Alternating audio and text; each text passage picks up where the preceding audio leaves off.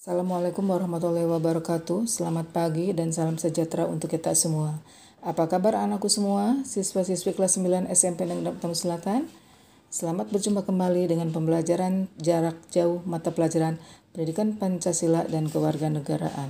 Anak-anakku sekalian, beberapa waktu lalu kita sudah membahas tentang materi dinamika perwujudan Pancasila sebagai dasar negara dan pandangan hidup bangsa. Maka pada kesempatan kali ini kita akan berbicara tentang pembukaan Undang-Undang Dasar Negara Republik Indonesia 1945 dan yang akan kita bahas adalah makna alinea pembukaan Undang-Undang Dasar Negara Republik Indonesia 1945. Namun sebelum dimulai pelajaran, sebagai umat yang beriman, alangkah baiknya kita awali dengan berdoa sesuai dengan keyakinan kita masing-masing, agar kita diberikan kemudahan dan kelapangan dalam menuntut ilmu, serta mendapatkan perlindungan dari Yang Maha Kuasa. Berdoa dimulai. Berdoa selesai. Anak-anakku sekalian, pada pertemuan kali ini kita akan membahas tentang makna alinea pembukaan Undang-Undang Dasar Negara Republik Indonesia 1945. Ada 3 tujuan pembelajaran yang harus tercapai setelah proses belajar mengajar hari ini.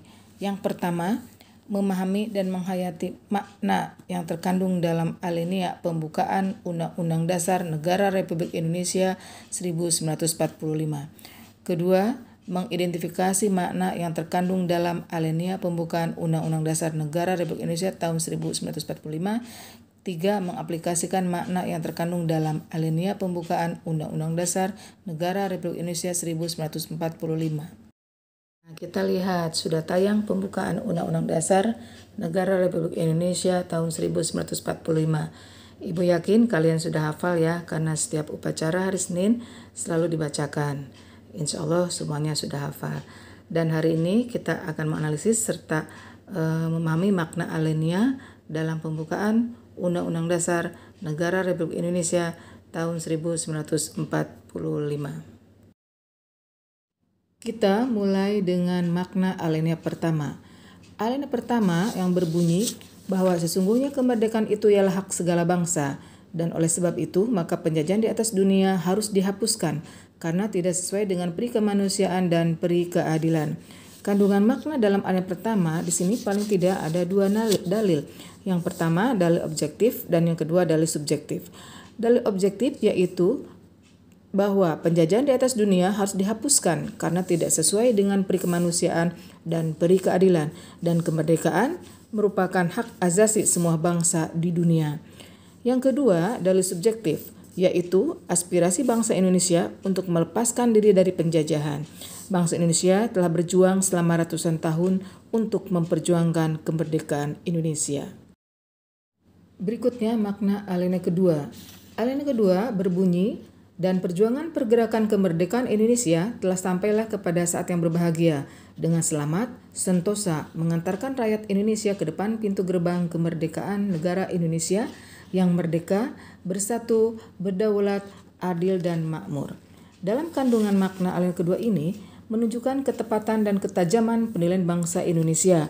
Pertama, bahwa perjuangan bangsa Indonesia telah mencapai tingkat yang menentukan. Kedua, bahwa momentum yang telah dicapai harus dimanfaatkan untuk menyatakan kemerdekaan.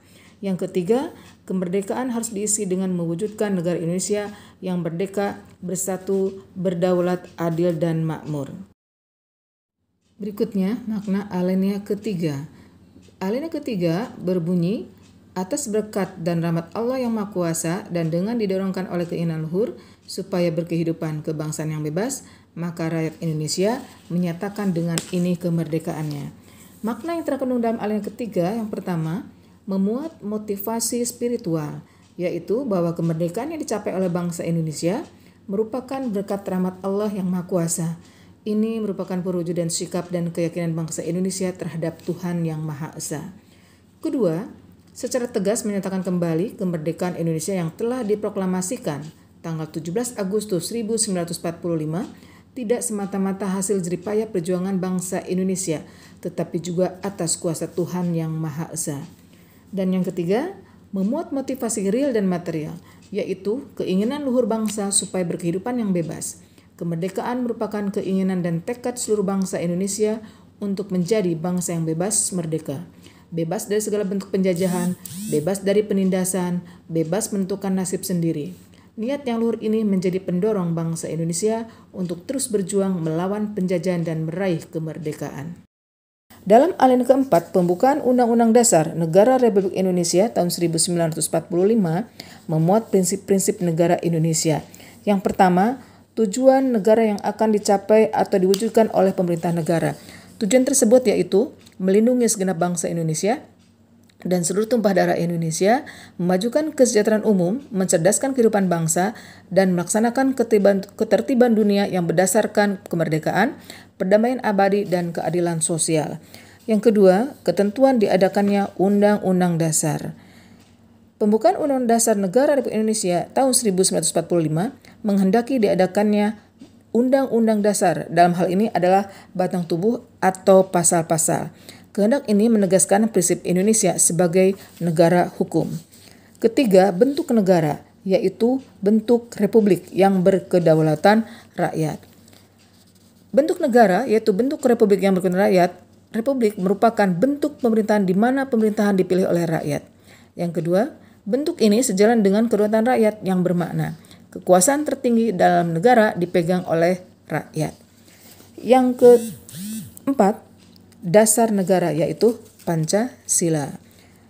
Yang pertama, alinea keempat memuat dasar negara Pancasila, yaitu dengan berdasar kepada ketuhanan yang Maha Esa, kemanusiaan yang adil dan beradab, persatuan Indonesia dan kerakyatan yang dipimpin oleh hikmat kebijaksanaan dalam permusyawaratan perwakilan, serta dengan mewujudkan suatu keadilan sosial bagi seluruh rakyat Indonesia.